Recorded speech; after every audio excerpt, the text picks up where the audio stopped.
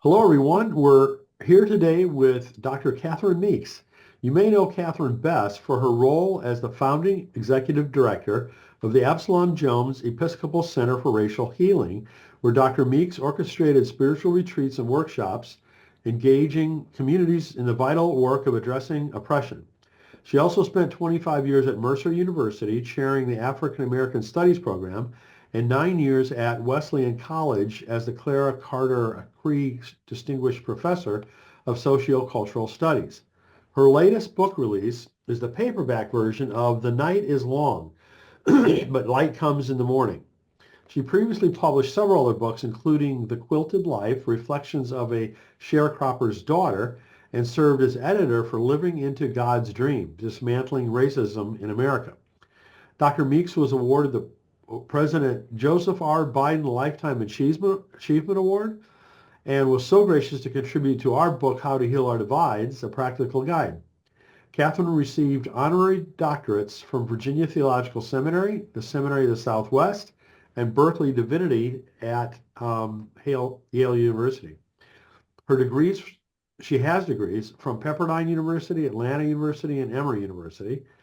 Dr. Meeks' expression of her commitment to wellness and freedom is captured in his current work as founding executive director and chief midwife of the Turquoise and Lavender Institute for Transformation and Healing. You can learn more at turquoiseandlavender.com. So, Catherine, it's wonderful to see you again. Many congratulations on Thank your you. incredible lifetime of achievement. And thanks so much for being here with us. Well, thank you for having me, and thank you for all the amazing work you keep doing so faithfully to help make this planet a little bit more well. Well, thank you. Thank you. It's a privilege for me. Um, so is there anything else besides what I touched on there that you'd like people to know about you? I think that's a pretty good summary. At least of the last handful of years here, and I'm grateful to have that be the summary. But that's good. You did well with that. So before we talk about your book, I'd love to hear more about the Turquoise and Lavender Institute, including where the name came from. Well, if for those folks in the audience who are into colors and um, uh, uh, aromas and rocks, they will know maybe a little bit about that and appreciate that the energy systems that are contained in turquoise in the stone, and it's an ancient kind of energy system that that is what generated that part, turquoise. And then of course lavender has such a great track record as a healing herb. And so I wanted to have a name that would amplify what I want this institute to do, which is to be a more enlarged lens for looking at healing. Rather than just talking about racial healing, I want to talk about healing the planet. I Hmm. think we have to talk about and be concerned about planetary healing. And so this gave me that opportunity to enlarge that lens and to use these ancient images of turquoise. Turquoise is, has an ancient history, and so does lavender. And also I love those colors. I love those colors. And so my website has all turquoise and lavender and rocks and water and all those things that are very resonant with healing, because I just think that healing in every different direction is the thing we need to be focusing on in a general sense. And of course we need to be looking at racism and sexism and all that stuff. But that's not all there is. I mean, there is more to the healing paradigm than just talking about race or class or gender. And that's why the name, that's why the perspective that I'm trying to bring here with this new endeavor. Hmm. Wow. Good for you. I love the enlargement to include in the environment and climate change. Yeah, Um, well, and just it's even bigger. It is environmental, but it's also we need to reconnect to the natural world. We need to reconnect to those rhythmic systems. We need to reconnect ourselves to something beyond us, that's something bigger, something that can teach us things if we pay attention. You know, the reciprocity in nature, we need to know something about because we've gotten so grounded in greed and looking for what's mine. And you look at nature, how things work with each other and share. That is how life is supposed to be. And we've lost contact with that. Mhm, mhm, And if we want to be well, we're going to have to reconnect to it some kind of way. mhm, mhm. So let's get to the book. As I mentioned, the title is "The Night is Long, but Light Comes in the Morning," and this is the paperback version of the hardback that came out earlier. Um, Mhm. how how did the original book come about? Well, I I have always wanted to write short pieces about big subjects so that people could take it in small bites rather than having to read a whole book and try to digest the pieces of it, to just give those ideas out in smaller bites, which are known as meditations. And so when Church Publishing asked me, they actually asked me about writing a book for children, for young people. And I said, I don't write for young people. I love to talk to young people and be with them, but that's not my best audience to be trying to write for. But I said I would be glad to write a book on racial meditations, racial healing and meditation form. And they said, yeah, we would like you to do that. And I started writing and wrote these 48 meditations that zero in on some of the major issues surrounding the racial divide, but that are encapsulated in 5 or 6 pages rather than you got to read a whole book to talk about Mhm, racial healing, or you got to read a whole book to talk about um, make it invisibility or whatever the topic is here. People can read it in short spaces and sit with it and think about it. And many people have told me they've used this book as a part of their meditation practice, that mhm, they've read a little bit, they've read it over a long period of time. Because if you just read one a week and thought about it, or read one a day, or one every now and again, however you want to do it, whatever works for you. But what I wanted to do was create a document that would be good for conversation as well. So not only is it good for like one person reading it meditatively, it's also good for like group discussion because you can take it in little chunks and work with it rather than having to try to work with a whole book. So, and I'm very pleased about the response that the copy got, and now the soft cover one has included. I've done a discussion guide that's included in this one, so it makes it a little bit different from the first one. And it also leads people a little more deeply into group discussion. mm, mm. So, who do you think the target audience is? Who would you say will get the most out of the book? Well, I think that's hard to say, but I think any group of people, any person, first of all, that's trying to enlarge their perspective, that's trying to see a little more clearly what this whole divide is about around us. Also, the very first few chapters, first few meditations deal with the inner work that we need to do in order to see more clearly what's going on in the outer world. And that's anybody, anywhere, anytime needs to be doing that, because all of us have to work on our who we are and coming up with understanding that person better. And then for people who want to share conversations, I think it gives them some language maybe to talk with folks about things like racialized trauma and some of those things that we don't talk about very much, that it gives some language for that. And I think it also allows people to be together and be in these discussions without it having to be so personalized. They can take these meditations as a jumping off point and be a little bit more universal. Sometimes I think the hardest part about trying to deal with tough subjects like race or class or gender is that people get so personal Mhm. and it's more than about you. I mean, it is about you, but it's about a collective, and it's difficult to see that at times. And I think my book helps to enlarge that a bit so people can Mhm. kind of get out of that. It's not an attack on you. It is an analysis of what is going on, and you're here in the world, so it does affect you. But it's just, every conversation about what's broken in the world is not about you as an individual, even though sometimes I find in my work that people don't seem to be able to separate themselves enough to step back far enough. You sometimes need to step back a while before you can see what's right in front of you. Mhm. Mhm.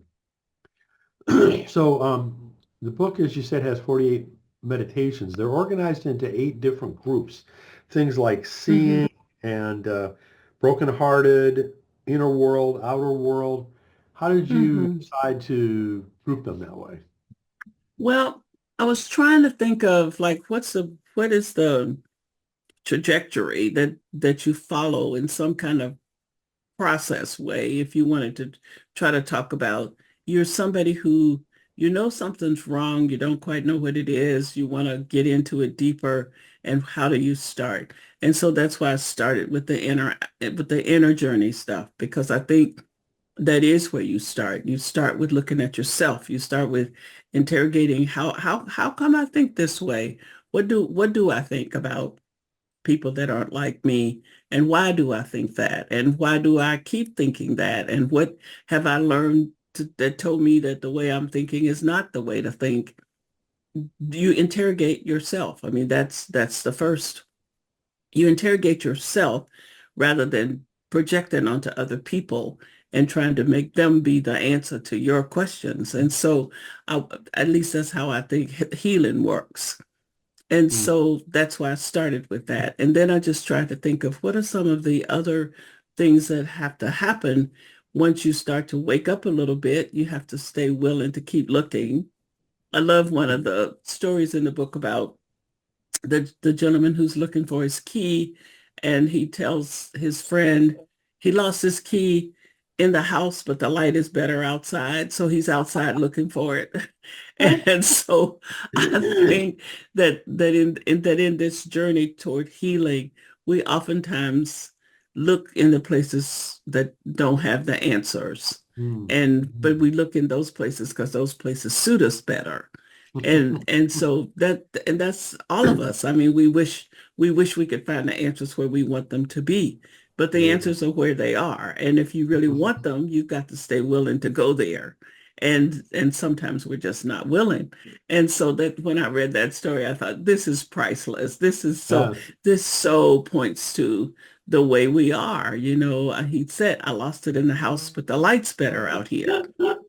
So No, that does so vividly apply to yes, yes. our human So condition. all those headings are to kind of try to talk about some of the guideposts along the way that you've got to kind of realize it's this big umbrella. I mean, like being brokenhearted.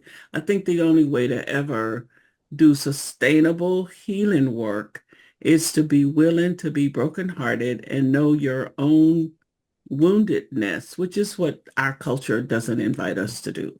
Mhm, Our mhm. culture invites us to play games and pretend and to be Yeah. always ready and on it. And we're not. I mean, we're just not. I love Henry Nouwen's book, The Wounded Healer, because I think that image is so vividly instructive of who we are. We're all wounded. We've all been wounded by something. And in this culture, we've all been wounded by white supremacy. Every single solitary person here has had some kind of jab in their psyche that's come from that structure. And Mhm. so that nobody's got the whole picture. Nobody knows all the answers. We're all in this together. And we're just a bunch of wounded folks telling each other where bandage closets are. And so, and I believe that, I see that, and I want to say, so brokenheartedness allows you to admit to your woundedness. So now you're not some superior coming in with the answer. You're just another pilgrim on the way. and you found these pilgrims who maybe a little further down the road than you, so they can help you with these closets, and you can go together to find other bandages, and that's how community works. And Mhm. we care about each other. We don't spend time in playing games of supremacy with one another, which is too much of what happens. So the book is trying to say, here's a process, and you can enter into this, and you can go step by step, and you don't have to try to do it all in one day. There are 48 meditations that you don't have to sit down and read all at once. You can read them. You can take a year. You can take 2 years. You take what you need, but you do have to get on the path. And I think I say that over and over in the book. Mhm. Nobody can tell you what the timeline is, but you do have to be willing to engage the journey. I mean, it's not like you get to sit on the sidelines. That's not one of the options. So speaking of further down the road, in the forward of the book, Michael Curry says that it's written in the spirit of the late Howard Thurman, Rabbi Abraham Joshua Heschel, and Thich Nhat Hanh. That's mighty praise. Why do Yeah, you it's think? mighty embarrassing. I think it's wonderful and appropriate, but why do you think he drew those comparisons? Well, I think he did because, for one thing, they talk about the inner journey, outer journey. I think that too much of the work that in this arena around race in particular, and maybe healing in general, but I know race in particular, deals with the external too much and not the internal. We it's like, if you fix the world out here, then my life will be fine. Well, no, that's not quite how that works. You have to fix the life inside yourself, and the world will be better because you worked on what's inside of you, which is what you have some control over, actually. So I think that those people that he mentions, particularly Thurman and Thich Nhat Hanh, I know more about their work on inner journey than I do Rabbi Heschel, but I have great regard and respect for Rabbi Heschel and his commitment, and particularly his commitment to Dr. King and the civil rights struggle. So there's a balance in my book. There's an attempt to balance the inner and the outer, the pastoral and the prophetic. I mean, I think that was what Bishop Michael was responding to, was seeing that kind of rhythm between, you got to do this inner work, you got to do this outer work, you got to do this outer work, you got to do this inner work. You don't get to, it's not a matter of choice. It is a matter of, the only choice you have here, it is how you do it and when you do it, but you have to do both. You don't get to just sit in your room and be totally conscious about who you are and go do nothing in the world. That's not one of your options. And your option is not to go running around in the world trying to fix everything, and then you wreck yourself, which is what we see a lot of, people trying to fix the world out there because they can't stand to live in the world inside of themselves. And what we need are people who have who have been engaging their own stuff, but no, I'm going out here as this broken person, but I've got my intention turned toward inner healing, and I want to be a vessel for outer healing in the larger world. And I think that was what uh, Bishop Michael told me once, that he said of me. He didn't actually tell me. He was talking about me. I think in my presence, I believe I heard that he saw me as being a person with a pastoral voice and a prophetic voice, Hmm. which is sort of kind of a funny thing, because usually people are pastors or they're prophets. And when you get caught in having to do both, it's a much harder way to live, because it's easier to just be in one of those and not both of them. But I think he's right. I do think that I'm willing to be the compassionate truth teller, but I'm also very concerned about people's well-being, and the quality of your inner life matters, because if everybody had a good inner life, they wouldn't have the need to project any stuff out onto other people, and we could mitigate against some of the meanness in the world if people were clearer about how God is for them, interested in who they are and wanting them to have the best life possible. Howard Thurman says that what the world needs is for people to do what makes them come alive.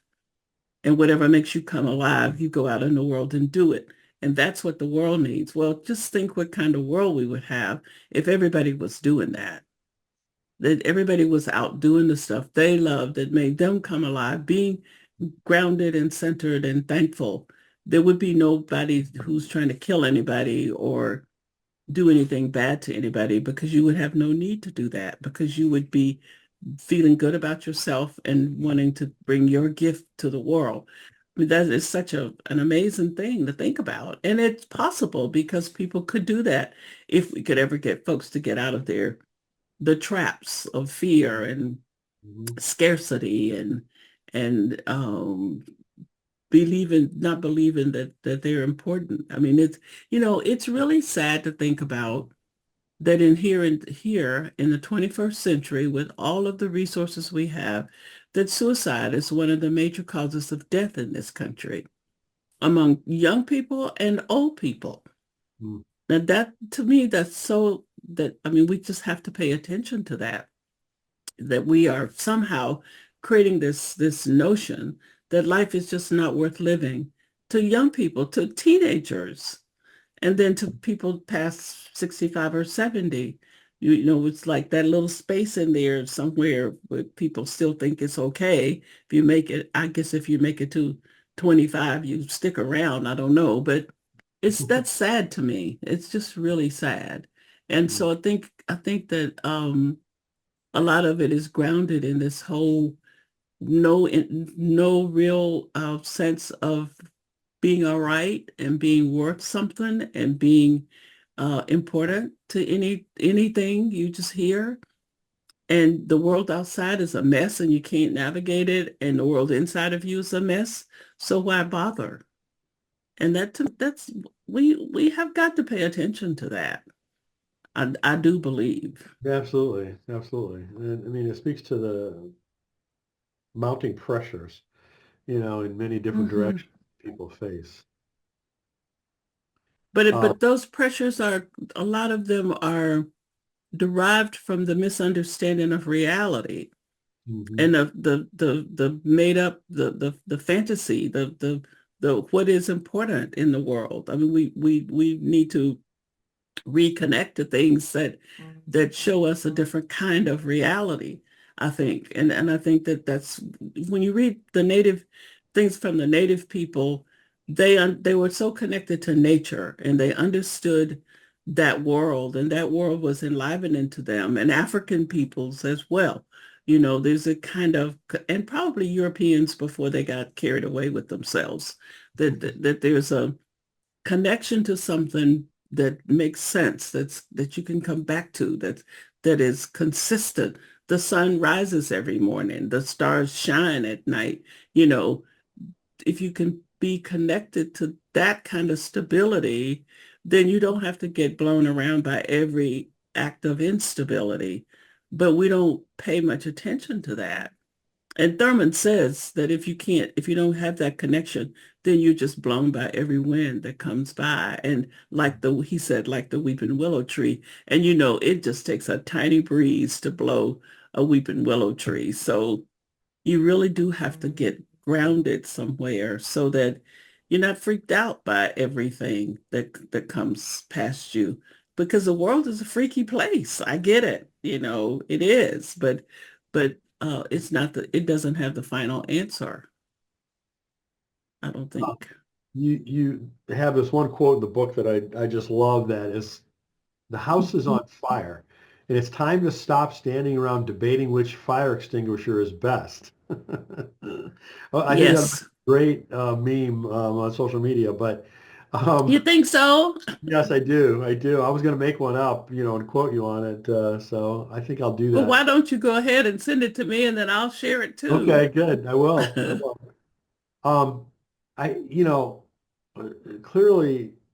the world is on fire, and it seems like the fire Mm-hmm. has been getting more out of control. Um, how do you see the book as a help with motivating people? Mm. Well, I hope that if folks will be interested enough to take the book and work with it, that it will be people coming to the realization that they don't have answers. They have questions that they don't have answers for. And maybe this book will be a tool, will help them explore those questions more deeply and lead them somewhere to an answer. I love the image from Letter to a Young Poet when Rilke says, learn to love the questions, because it's in asking the questions that you might someday work into an answer. So I think that people need to I think that folks who pick up this book and start reading it, if they can hear, if they can find enough, if they can hear enough to resonate with what is true here, is there truth here that I need to pay attention to? And Thurman argues that when you read truth, it resonates with the truth you know already. So I hope that they know something that led them to the book in the first place, or that the spirit led them there, the angels or the ancestors or whoever, but somehow they got the book in their hand or on their Kindle or Mhm. however they got it. It's audio as well, so maybe they just start listening to it. But to get on this path of something's got to change. I'm not going to stand here and debate about fire extinguishers. I'm picking up this one and I'm going with it, and it'll go where it goes. I think that's a gift that my book can be in this moment of chaos, because then people can begin to maybe settle in a little bit. I really encourage people to try to get out of the echo chamber, to shut down the all the voices that keep telling you to be scared and afraid and mean and angry and unkind and all. We don't need those voices. So try to eliminate them. Maybe the book will help them with that if they will get into it and start trying to read it sort of meditatively. So I'm hoping that those kinds of things will happen. The Education for Ministry for the Episcopal Church has asked me to design an 8-week course based on this book.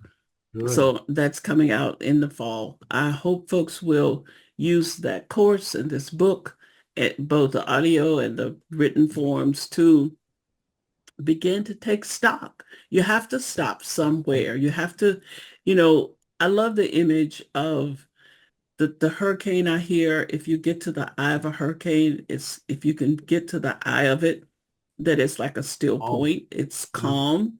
yeah. So the I've been hurricane through them is out here before. swirling, and we have to get to the eye, and we have to sit in the eye of it.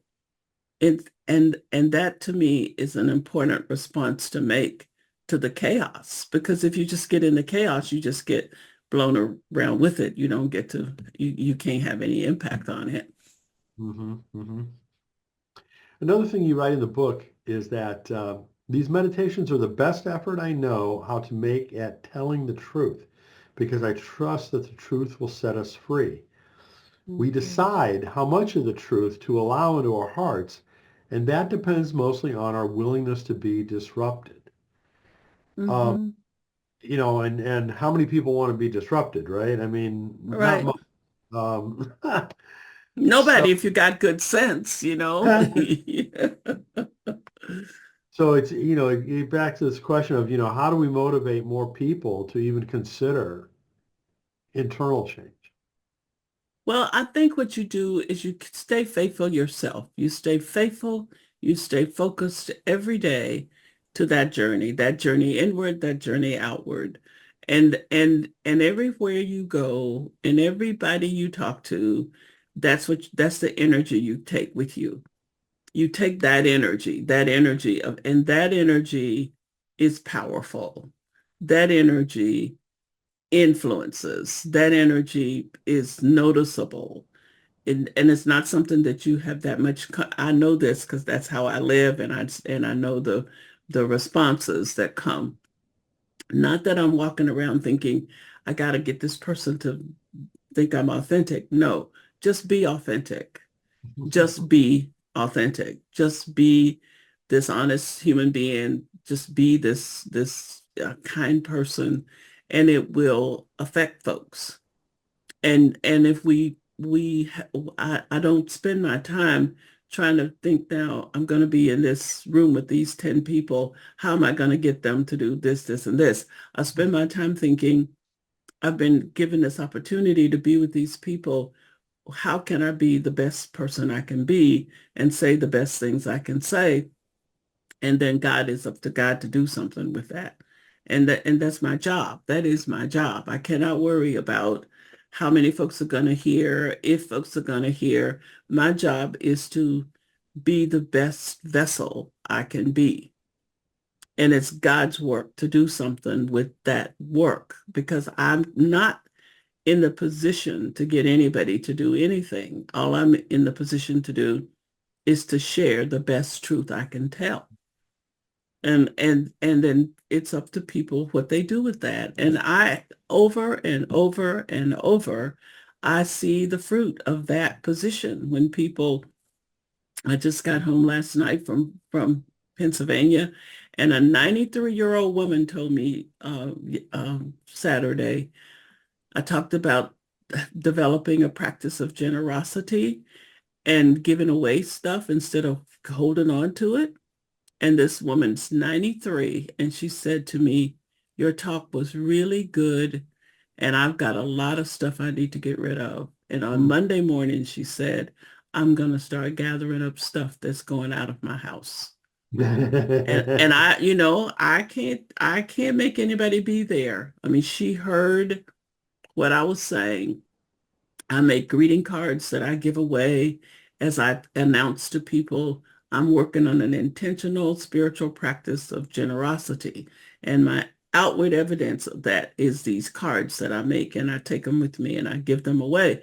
And I can't make you be generous. I can only share with you that I think generosity is one of the tools we have against the greed and the capitalist grip that we're all in and the chaos that is causing, that to be generous in the midst of that, to bring the energy of generosity will be transformative. But I can't make you see that, believe that. I can only tell you I'm committed to that. And here's my outward manifestation of that commitment. And I make beautiful cards. I love making them. I gave away 100 cards this weekend. I've made and given away now 300 cards. And I'm going to make another. I'm going to Harrisburg on Friday, and I'm making 100 cards between now and Friday to take with me to give to those folks. But the practice, the intention and the practice and the authenticity is what changes people. It is what invites people into a new way to think and be. And so we spend too much time trying to think how to manipulate people into change rather than trying to live so that people see the change and they see the fruit of our living, and they want to engage with that some kind of way. They want to investigate that, which is all Jesus ever said we were supposed to do anyway. We're the ones that got caught up in that we need to make commercials and, we need to have better websites and all that stuff. We know what we need to be is more authentic. Well, We at need least to be more committed. that seems to be something that is more appreciated now, authenticity. Yeah. I have that feeling at least. Well, I think that people respond to authenticity because they have gotten weary of the Yeah, sham culture. We yeah. we have so much stuff that's just a sham. It's just not grounded anywhere. It's all greed based. It's tiring. It's not enlivening at all. So much of what we do across the complete board, including our religious institutions, has got no life force in it. It's just we got a lot of trappings, and people are tired of trying to step up to the plate in all of those requirements. I think I do believe that. And that's part of why people are killing themselves, because they're tired. And then other people are killing themselves not by shooting themselves, but by working themselves to death or worrying themselves to death.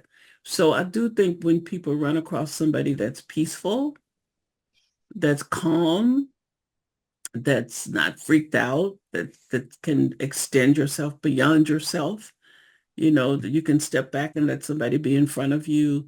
You can let somebody have your parking spot. You can let somebody go in front of you at the grocery store. You can actually smile at people and mean it. That has an effect upon people because it's not common. It's just not common. And it should be common, but it's not. Even good customer service is not common. We get so bent out, we get so surprised when really tries to help us in a store Yeah. and doesn't act like you had no business bothering them. You're the customer service department, but you don't want to be bothered. And that's kind of strange. So I think you're right. I think people are tired of the hypocrisy. And so I think our best way to communicate to get people to get on a different path is to be on the path ourselves, to be Yes. authentically committed to the path ourselves, and to be willing to allow people to enter that path however and whenever they can without being browbeaten or shamed or anything, but to just accept people as we go. People respond to being accepted as a valuable human being because at the end of the day, that's what everybody wants. Mm, mm.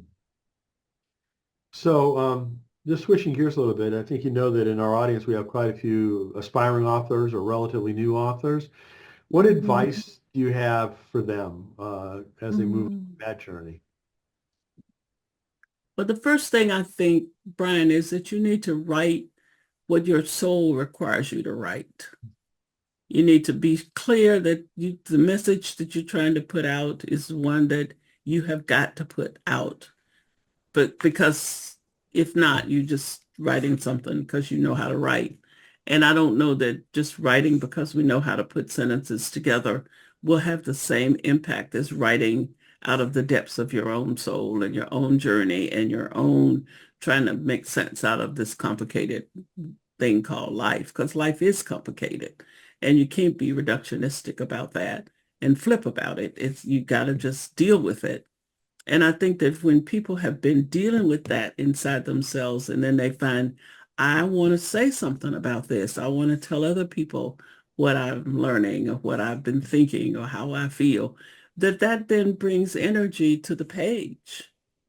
And I can tell quickly the difference between a book that somebody wrote because they're just seeking scholarship and one that somebody wrote because they were compelled to write it.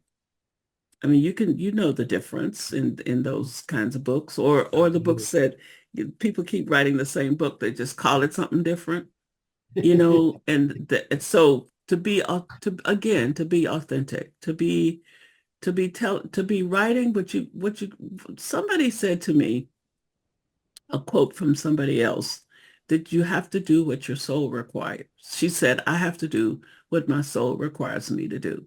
And that just struck me like a lightning bolt. Like, that's right. If you do what your soul requires you to do, it has such great impact upon everybody.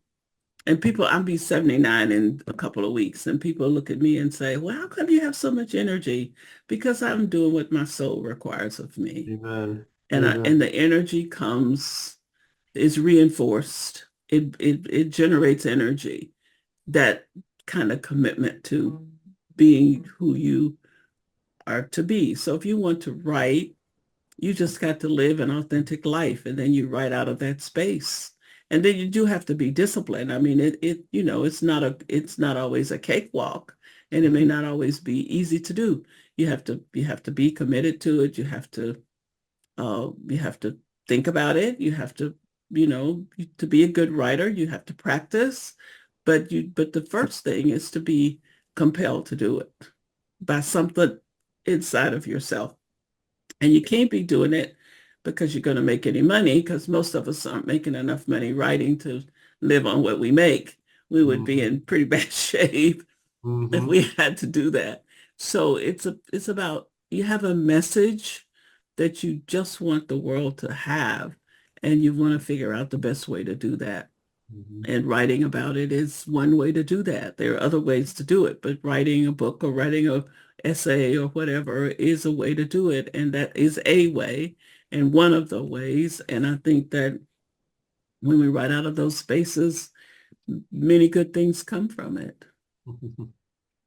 So let's talk a little bit about the future for you. Mm, I know you've got speaking engagements coming up. yeah. Are there any other book projects or Yeah. any kind of projects that you have on the radar screen that you can talk about? Well, what I have in my head and what I get to is, we're gonna see how that works. But the next thing I think I want to work on, I have lived now. I have rheumatoid arthritis. I have two hip implants, and I have to use my little walker when I get around. And I'm gonna be 79, like I said. So I'm trying to keep myself mobile. So I think the next book I'm gonna write is gonna be about living with a chronic illness and Hmm. having the chronic illness as tutor. Chronic illness Oh, as tutor for cool. my life journey is, I think, that's what I'm feeling the most passion about. And then the second thing on my list is to write a Jungian kind of look at the book of Luke, Hmm. because I love Luke a lot. And I think I have a few things I could say about that from a Jungian perspective that might be engaging. I would love to see scripture be made more alive and accessible to people. And I think that we do it a disservice by not doing that and helping people to really get in it and have it live for them. So those are the two things that I'm kind of in playing around with, but I've had to really shift gears, shifting out of running a center where I had to raise a bunch of money and manage a staff, to now being kind of a one-woman show and kind of getting into the rhythm of that. So I'm trying to pay attention and not run over myself. Well, And do the you and the find biggest thing I have to do is take care of myself. do you find it freeing to be able to have that flexibility and lack of Hmm. what I want to say, obligation Hmm. and lack of other restraints that you had before? Yes, it took a while though. I mean, it takes a while to shift Sure. out of one kind of space into another. It's been going on now my second year, and I've really shifted out of it. And I'm very glad not to have to be raising money and managing a staff, and then trying to manage a center and keep it in the forefront and do all the stuff you have to do to keep it alive. I don't have to do that. I'm getting to do what I love, which is writing and speaking and thinking about things and working on the schedule that I make up. Whenever I get up when I want to, I go to bed when I want to. I say yes to what I want to say yes to, and no, and without apology or consultation or anything. And I really do Sure. love that. It's That's great. great. I'm very Yes. glad for you. I'm very glad you have the opportunity to do that. Yes. I'm loving it, and I'm so grateful, and I just see many joyous things happening. I'm very grateful every day to be this person, to have this opportunity, and to try to share. I just want the planet to be better. I want to leave it Amen. better than I found it. Amen. Well, for now, everyone should go check out The Night is Long, but Light Comes in the Morning. And also check out the turquoiselavender.com, the new Mhm. organization and website that Catherine has. Catherine, again, thank you so much for all of your work. You're just such a role model for all of us. Thank And you. it's really been an honor to, share a little bit of your journey with folks. Thank So you. thank you so Thank much. you. Thank you for doing this, Brian, and thank you for your faithfulness and continuing to do the things you're doing. Every one of our voices is what we need, and more voices need to join the chorus because it's our job to leave the earth better than we found it. Amen. Amen. Yes. Thank you again. All right. Take care.